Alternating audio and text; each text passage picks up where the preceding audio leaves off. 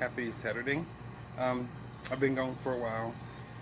I've been thinking of you, of course. Last time I talked, I was talking about me going for those interviews, and I went for the interview for the job making $35 an hour, and I haven't heard a word from it. It's been 3 weeks now. Kind of been depressed a little bit. Um, been introverted a lot, thinking a lot, and just going mentally just going through it. Sometimes you feel like when you go for all these interviews, it feels like you've been rejected. You feel like nobody wants you around. You feel like no one has a place for you anymore. Um, Sometimes I feel like because I go on these interviews, I have all this experience and all this education behind me. I feel like that nobody wants me anymore, and none of that matters. Um, so I'm still working where I was working at last time I spoke to you. Still account manager over environmental services. Um, Been working quite a bit, a lot there. Sometimes I feel like I don't have work-life balance there because I feel like I'm always at work, and even when I'm at home, I have to still report to my boss. And looking for a job where I can feel like when I'm at home, and I don't have to worry about work. Um, and when I'm at work, then I don't have to worry about home because the two is supposed to be separate. The two is supposed to be separate, and you're supposed to be able to enjoy your home life when you're at home and your work life when you're at work. I did get moved, um, and I am now staying with my mom. Well, we're staying together, sharing a place together, and my nephew's living here too.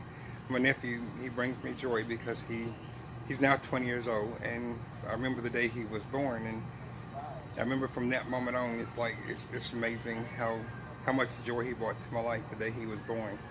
Um, and he went through a lot, and he's staying with us for a while. Um, and I wake up every morning to him, and watching him at 20 years old, and I never imagined when he was 5 and how he used to hang on to me all the time and follow me everywhere, and it seemed like everywhere I went, he would cling on to me. Um, he everywhere I was, he had to be there too. My nephew, bro, he brings me so much joy. He's always been such a pleasure to me. Well, he's now 20 years old, and he's staying here, and sometimes when I'm going into the kitchen to get some water, and I watch him laying on the couch, and I watch him sleeping, and it just fills my heart with such joy to watch him there, and just imagine when he was 5, and it takes me all the way back to when he was younger, and watching him now at 20, and him getting it together, and trying to get it together, and he's such a wonderful kid, so easygoing, has a great spirit, and he's so loving and considerate and think about other people. He's an awesome kid. I love him to death. Um, when I'm going through a lot of things in life, he I think about when he had just learning to crawl. I remember that, and when he was younger, and I was at their house one day, and I was going through something very traumatic. I think it was a breakup, um, and I was hurt really bad. And I remember when I went to his house, and I went to his bedroom, and his bedroom was empty, and I remember I had a fifth of vodka, and I just wanted to get drunk, and I was crying, and I just wanted to just forget about the world. And he was just learning to crawl, and somehow I don't know if he felt my spirit or not, but I remember sitting on the floor, and I was crying, and I remember seeing the door bust open, and here he come crawling in the room, laughing his butt off, and I don't know why, but he laid across my lap, and he just started laughing, and it brought me somehow his presence and his laughter and his little gorgeous little face. It brought me out of that little depression that I was in, and I began to play with him, and it's like he helped me to get my mind away from that. Now he does basically the same thing at 20 years old. He's about the only person I know that can really handle me like that. Who can he? I don't. It's hard to explain. Um, he calms me down. When I get anxious or frustrated or whatever, it's like now he's so easy spirited that he'll start saying different things to just kind of calm me down and get me back on track. Um, I love him to death. Um, it's almost like he's my own son, and I love him. I just do. seems like he follows me through life. And I think maybe he was put in my life for that reason, to keep me focused. Um, so I have two more interviews coming up. I have two more interviews coming up. One I have Tuesday at 9 o'clock in the morning here at the Piedmont Correctional Center, working as a correction behavioral specialist. Interviews at 9 o'clock. Have another interview Thursday. The interview is for a substance abuse counselor working at the Taylorsville Correctional Facility as a substance abuse counselor. Please, I'm asking all those that believe and care. At those times, both of them at 9 o'clock. Tuesday and Thursday is at 9 o'clock. And I'm asking on Tuesday and Thursday morning, as I'm headed to those interviews, that you please send a prayer up for me, that God will open the door.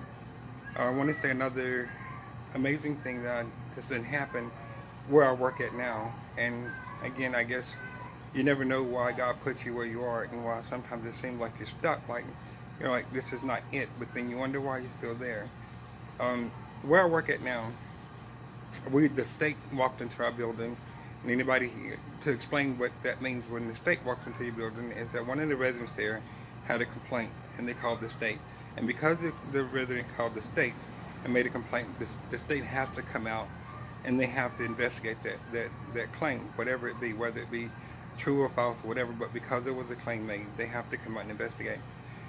And so when they come out to the facility, because I'm an account manager and because I'm what they call a department head, I have to be on the premises. As long as the state is in that building, I have to be there as well. So they called me last Sunday morning, and told me the state was in the building. They had walked in on my off day, so I had to get up, take a shower, and rush down to work. And from that point, I would be there from Sunday until Friday night, and I'd have to go in at 6 o'clock in the morning and get off at sometime whenever the state leaves about 10 o'clock at night, but I had to be there. No leaving the facility. So anyway, so then while the state was there, my boss and the boss between me and my boss came in, and they were there to help me through the state survey. So then me and the boss between me and my boss, when the state come in, forgive the lighting because the sun is going in, and you know how I feel about lighting and stuff. And it looks like it's getting a little dark. Anyway, so me and my boss, me and Donnie, the boss between me and the district manager, we were walking around just looking at the different rooms and whatnot, just checking on the residents and whatnot. Walked into this one room, and as I was walking out, I don't know why, his resident looked, and he, on the way out, he said, hey, excuse me, he said, when you get on your knees and you pray, please call my name. He said, remember me when you pray. And I turned around and I began to talk to him, and I told him, yes, I'll be glad to do that. It was the first time I ever met this resident, and I said, I'll be glad to do that. I'll be glad to pray for you. I said, as a matter of fact, I said, every morning there's a group of us that get together here in an office and we pray. I said, I'll call your name when we pray every morning here at 8:30. And so I walked out of there, and I went to go talk to the group that actually meets together, and we pray together before we start our job. I went and I was talking to them about what this resident said to me, and that's okay. Well, let's get the prayer team together. Let's go to his room now and let's lift him up in prayer. So we all got together and walked into his room, and then I looked at him and I said, I hope you remember me. You just asked me to pray for you. So I brought a prayer team in here with me, and if you don't mind us having a word of prayer with you, then if you don't mind, we can do that. And the minute I said that, I mean, he has 10 people surrounding him at this point. This guy looks up at me, and he begins to cry. And he said, of course I don't mind. And we all joined hands and we began to pray. And this guy cried through the whole thing, and he made me cry. And from that point forward, every time he saw me, he always talked about how somebody cared enough to come in and have a word of prayer with him, and how that made him feel. I heard a report about that through the admissions nurse at where I work at, who told me that she was in there talking to him, and he told her that because those people came in here and because that guy came in here and he brought them here to pray for me. He said, I tried to be hateful to everybody here and I tried to cause as much trouble as I could. He said, but they loved me through that pain. They still love me through it all. And they prayed for me, and how much it meant to him that someone cared enough to come in his room. I began to think at that moment that maybe that was the reason why I was still there, and maybe that's the reason why I had not been moved to another job or back into what I wanted to do. Because that was an assignment that needed to be fulfilled.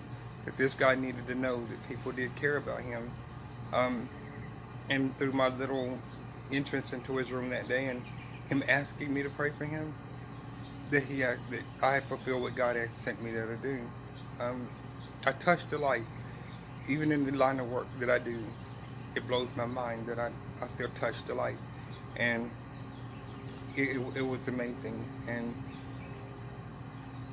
I don't know what to say about that other than God had His way that through me there. So no matter where I go, that I touch a life, and it's wonderful. There are some things that happened a few weeks ago, things that were said about me, which is another reason why they kept me from my YouTube channel for a little while. They were very ugly, nasty things. Maybe the next video I'll tell you about it, but I had to process through that. But it's okay though, because I'm back. All I can say is just, until I get where I want to be, please just pray, keep me in prayer as I'll keep you all in prayer. Sorry to have been gone for so long, waiting to get back into substance abuse, waiting to get back into helping people in the way I want to help them. But I love each and every one of you, and thank you for still standing by me. I don't know who else is going to see this video. I don't know if anybody's still on my channel or not. I haven't been there lately. I haven't gotten any notifications that anyone's visited or made a comment.